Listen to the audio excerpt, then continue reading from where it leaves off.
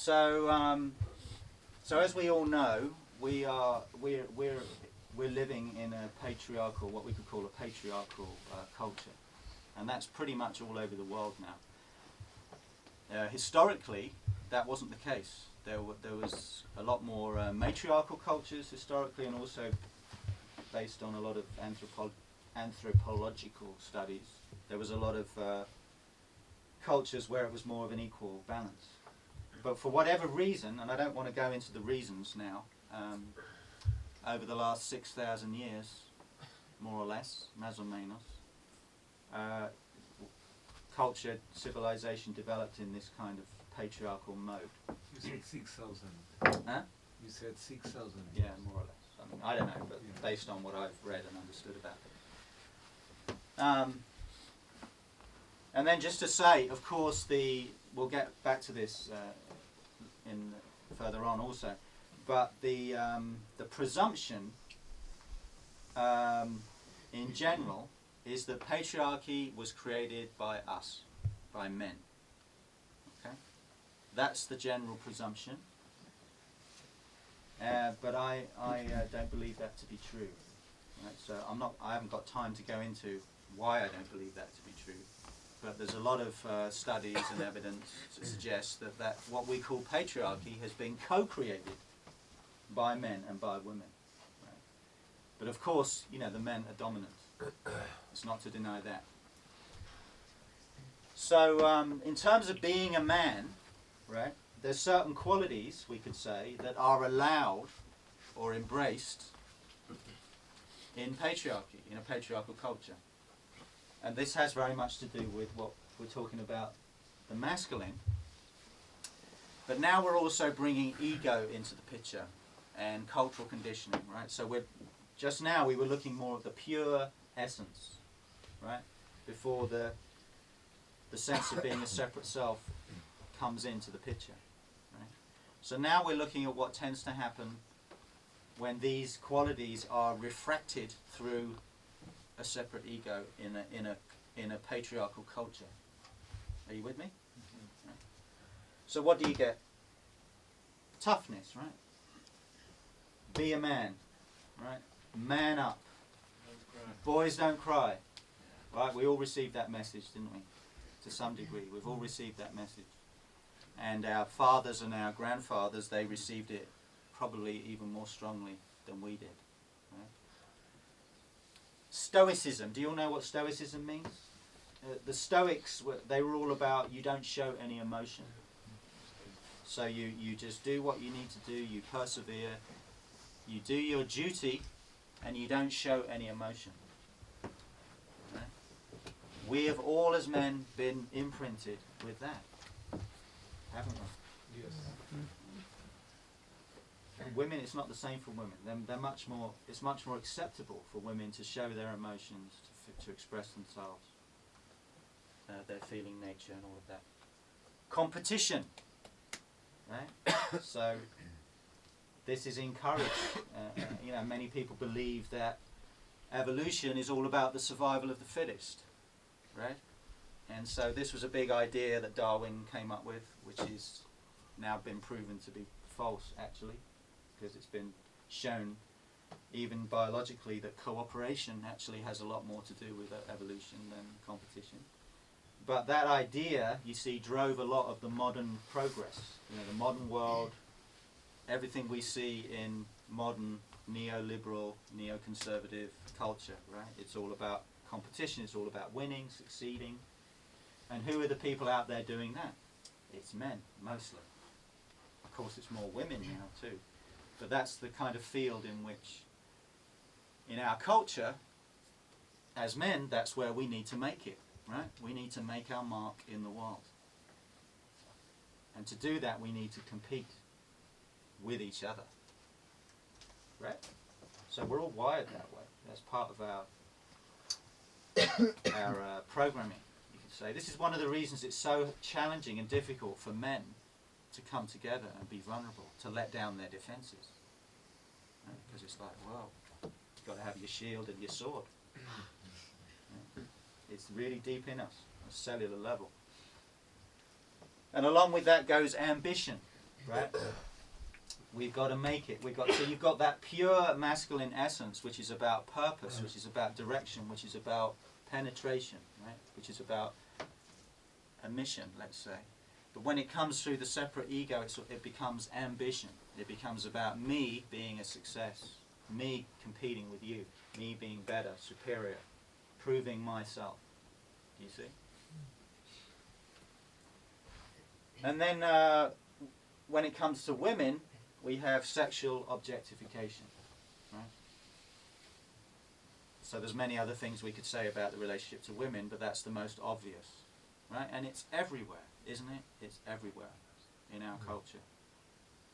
Every street, you know, everywhere, every newspaper, magazine, it's just everywhere. So the masculine principle, when it's refracted through the ego, the feminine principle, obviously to whom it's attracted, becomes an object. Right? And then our sexuality gets distorted and filtered through that objectification. You all know what I'm talking about? Now, part of that dynamic of objectification, it's also to do with our biology. Right? It's not just psychological or cultural. Right? We're wired biologically to fuck, basically. To fuck as many as possible. To spread the seed. Right? So that is part of the play here. So on that level, you see, there's nothing wrong with it at all. It's just part of our nature as men, you see. So that's important, and we'll see more why that's important. Okay. But when I say sexual objectification, I think you all know what I'm talking about. Right? And so we could summarize all of that, again I'm making big generalizations here, as the hard, conventional man. You've got to be hard. Right? So we're talking about traditional man. Think about your grandparents. Think about your fathers, maybe. It's more modern man, right? It's about making it in the world, you know. Why aren't you a success yet? What do they care about? Your job?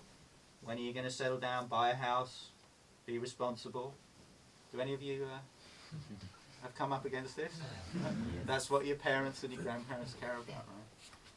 And being a man, you've got to have all those things and make it in the world. That's what it means to be a man.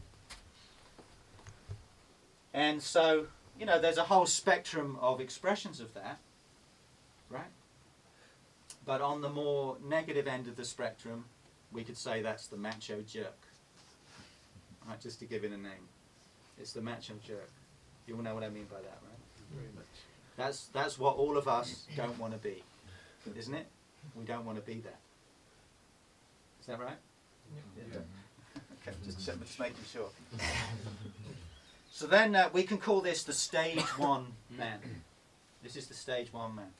So then a relatively recent phenomenon, really, that's only come into being in Western culture in the 60s, 70s, is what we would call the stage two man, right? Which is a reaction to the Macho Jerk, right? And so in the 60s, 70s, there was this massive cultural revolution, and a big part of that was feminism, right? Equal rights for women, the sexual liberation, whatever you want to call it. It was an expansion of care and concern for minorities, civil rights, indigenous people, care for the earth. You know, environmentalism didn't exist before the 1970s. It didn't exist, even politically. There was no departments of the environment, things like that. It's not that, it's very recent, really. It's not that old. But that's kind of the ground that we're all walking on, right? Isn't it? We've grown up in that stage, you know, and we've probably been in reaction to our grandfathers and our fathers and a lot of other men that we've been in relationship with in our lives. Can you all relate to that? Yeah. So that we can, one way to understand this, as I said earlier, is that it's the masculine principle starts to recognize its false masculine. Right? So down here is the false masculine. Superiority, selfishness, heartlessness, abusive, control through domination, causing war, suffering, materialism, driven by deep insecurity and fear. Because of course under the tough macho jerk exterior is insecurity and fear. So the stage 2 man starts to wants to go beyond this. And what does stage 2 man tend to do? Tends to want to embrace the feminine. Do you see? Because that's been denied in patriarchy in general. Make sense? Yeah. So then what becomes important to us? I think qualities like empathy, care, compassion, sensitivity, right? Because macho jerks aren't sensitive. Right? Well, I've got to make it in the world. You know, I need to be tough. I need to man up. You see, so you become we'll become a lot more interested as men in being sensitive, right? Being vulnerable. Whoa, very dangerous for a man. Right? Why? And you can see this also in the so-called spiritual scene. Right? There's so many more women's groups, divine feminine retreats. How many divine masculine, sacred masculine? Very few. You see? So why is that? It's because men, we don't want to be vulnerable. We might be interested in growth and spirituality, but we're often quite afraid of getting real and vulnerable with other men. We might be happy to do it with women, right? Because we find that resonance, you know, our feminine qualities resonate with theirs, you know. And I know myself and many other men, you know, we often find that our closest friends are female. That we might still have male friends that we go to sports with, that we hang out with, but we get something in our relationships with women that we don't get from other men, and it's not just about sex. Can you all relate to that? Yes. So, and then a lot of guys who start growing up in this way, because it is growing up. What do they do? What do we do? Maybe you're already doing this, or maybe you have done it. You start to deny or reject your masculine. You see? So on this diagram we've got the authentic masculine and the false masculine. But what usually starts to happen, and I certainly went through this growth and process myself, is we start to embrace all of these qualities, which also come along with an interest in spirituality. And we start to feel very uncomfortable with, or we start to reject or deny or dissociate from our authentic masculinity, because we might tend to only see it through the lens of, that's the macho jerk, I don't want to go there, I don't want to be like that. You with me? So if that happens, and I'm not presuming that has or is happening with all of you, that creates a pathology which we could call the soft, sensitive man.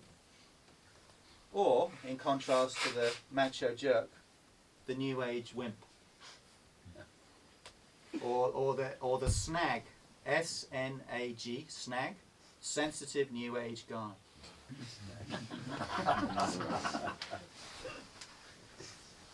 But I don't think we have any of those here.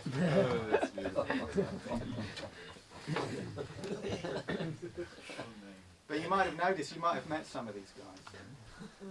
Because they often tend to wear, you know, beads. And sometimes they have earrings, but I forgot to put mine on. Right, so I think most of us have got a bit of that in us. So it's often when you meet these kind of spiritual guys, well, they're very, very soft, and they often have these high voices. They're very soft spoken. That's why we're working on this guy. Just to say, I met his brother, and the voices are equal. Oh, really? Really, really. It's in the family then. Yeah, it's in the ADN. Changes the idea. Yeah, And a lot of spiritual guys, and I was one of them. I'm not spiritual anymore. You don't want to get angry. You don't want to get angry, and you want to deny. I'm not angry. I don't experience anger. I'm a spiritual guy. it's avoiding.